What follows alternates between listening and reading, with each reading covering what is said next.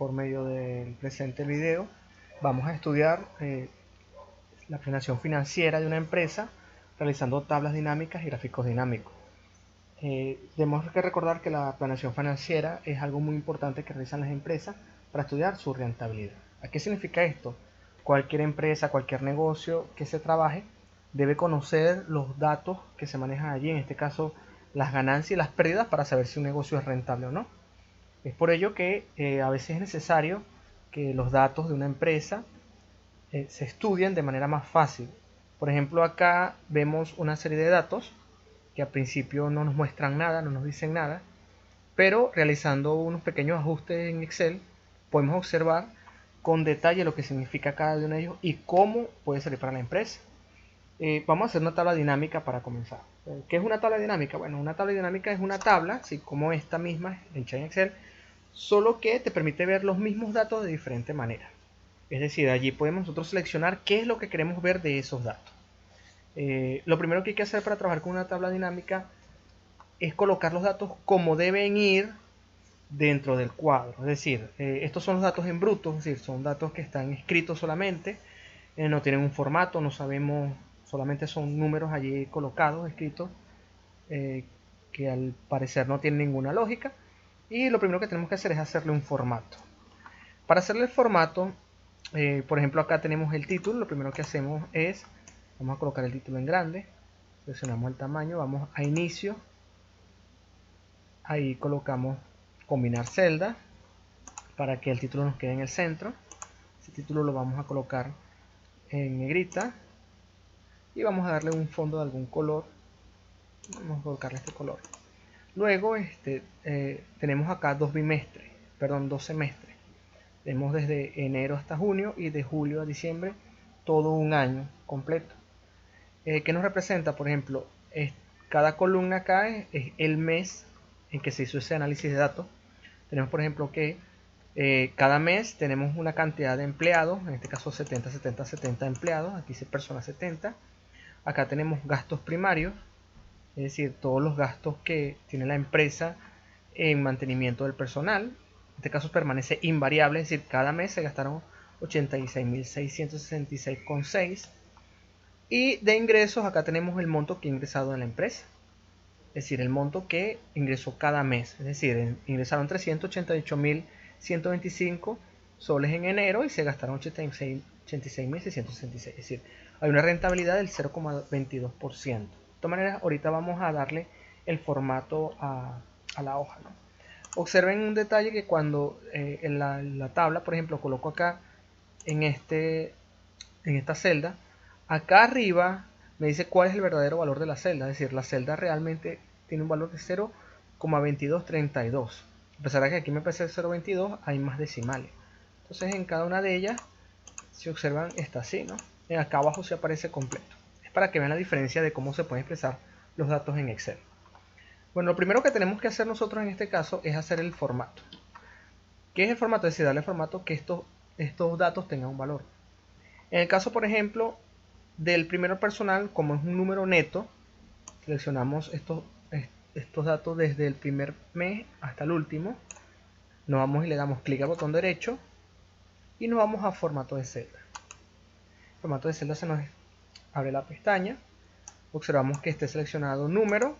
Como es un número neto, es decir, son 70 personas, le damos que no tenga decimales y le damos a aceptar. ¿Ya? Seguidamente, en el caso de los gastos y los ingresos, que son valores que sí tienen decimales, seleccionamos estos dos valores, seleccionamos correctamente esos dos valores, le damos clic al botón derecho, le damos formato de celda. En este caso la celda nos aparece seleccionada como general. Nos vamos a número, le colocamos con dos decimales y usamos separador de miles. Aquí hay que tener mucho cuidado porque en algunas computadoras, como ya les he dicho, en algunas computadoras los miles usan puntos y los decimales usan coma. Es decir, está al contrario de lo que aparece aquí. Si observan en esta, por ejemplo, en esta versión del Office, los miles se separan por comas y los decimales por punto. Esto es importante que lo conozcan cuando a ustedes les toque hacer sus datos. De repente en su computadora les va a aparecer al revés, le aparece el punto acá y la coma acá. Es decir, eso no es que está malo, sino que, por ejemplo, en algunos países como decimal se usa el punto y en otros países como decimal se usa la coma.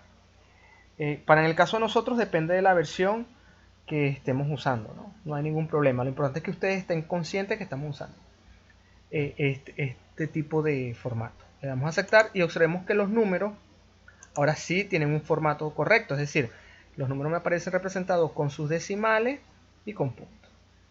¿Okay? Entonces ahí observamos cada valor y cada dato que aparece.